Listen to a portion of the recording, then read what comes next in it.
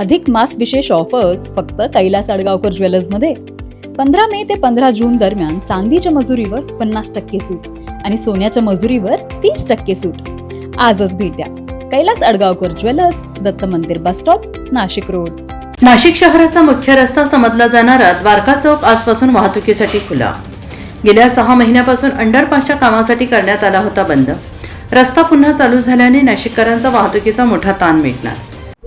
Dwarka circle येथे अंडरपासचे काम चालू झाल्यापासून साधारणतः 3 महिन्यापासून द्वारका सर्कल हा धुळे ते मुंबई आणि मुंबई ते धुळे बाजू वाहतुकीसाठी पूर्णपणे बंद करण्यात आली होती.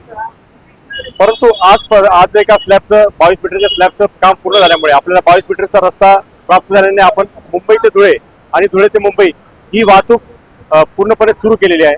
यामुळे शहरामध्ये अन्य ठिकाणी वाहतुकीत फार रिलीफ होणार आहे.